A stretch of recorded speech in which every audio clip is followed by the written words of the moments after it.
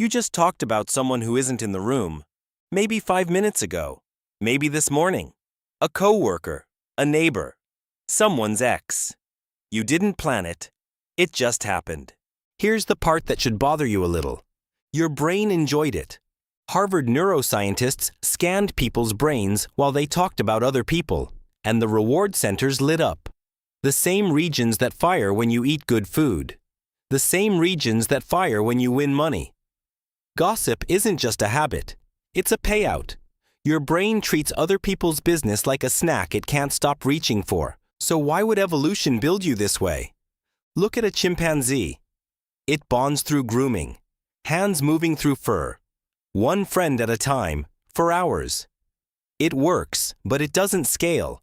You can only groom so many hands before the sun goes down. At some point, your ancestors hit the exact same wall. Too many relationships, not enough hours. And that's when something happened that changed everything. They started talking instead of touching. One voice around a fire could update an entire group's trust network in a single evening. Who's reliable? Who isn't? Who to watch? Grooming caps out at a handful of friends. Talking doesn't cap out at all. Now here's the twist almost nobody expects. You'd assume gossip is mostly mean. It isn't. Researchers who actually tracked real conversations found most of it is closer to bookkeeping than cruelty. And when someone specifically warns you about an untrustworthy person, something strange happens in your body. Your heart rate drops.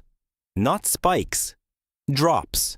Passing along a warning doesn't feel like drama to your nervous system.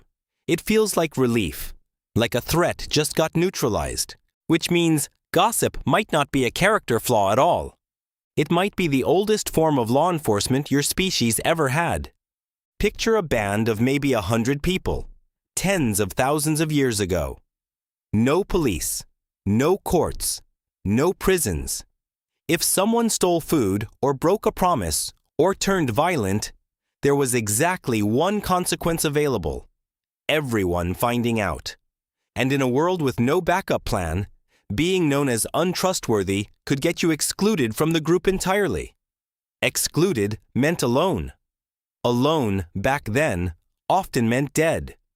Talk was the only law that existed. And it worked disturbingly well. In cooperation experiments, groups that could only gossip about people who weren't pulling their weight, no fines, no punishment, just conversation, ended up cooperating almost as well as groups that could punish outright. Words alone did the job of a courtroom. Here's a fact that will probably surprise you even more. You've likely heard that women gossip more than men. It's one of the most repeated stereotypes there is. It's false. Researchers didn't ask people to self-report because people lie about themselves constantly. Instead, they used wearable audio recorders and tracked real conversations across an entire day. Men and women gossiped almost identically, roughly 50 minutes each, every single day. The stereotype wasn't just wrong. It was never based on evidence to begin with.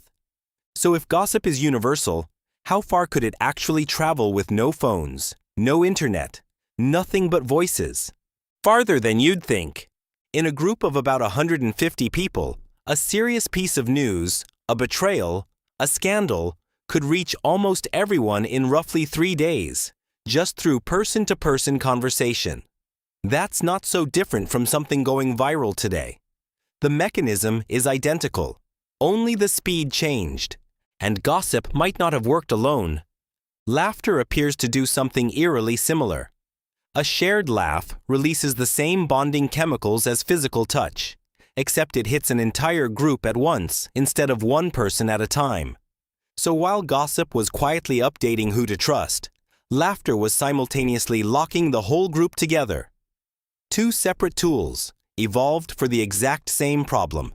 Now here's the moment that should genuinely stop you. This might be part of why you're here, and Neanderthals aren't. Some researchers believe Neanderthal social groups were smaller than early human bands. Smaller groups, smaller gossip networks, less ability to track who could be trusted at scale. If that theory holds, One of the advantages that let your ancestors outlast a species that was physically stronger and had a bigger brain wasn't a better weapon. It was better talk, and your brain still hasn't caught up to modern life. It evolved with no concept of television or celebrities, so it can't fully tell the difference between a real neighbor and a famous stranger it's only ever seen on a screen. That's why celebrity gossip feels so personal. You're not shallow. You're running 400,000-year-old software on an input it was never built to filter. And that same software never actually stopped working. It just changed shape. Every star rating on a delivery app. Every review before you book a stranger's spare room. Every seller rating before you hand over your money. All of it is the same question your ancestors asked around a fire, just wearing a 5-star costume. Can I trust this person? So the next time you catch yourself talking about someone who isn't in the room, don't feel guilty about it. You're not gossiping. You're running the oldest trust system your species ever built.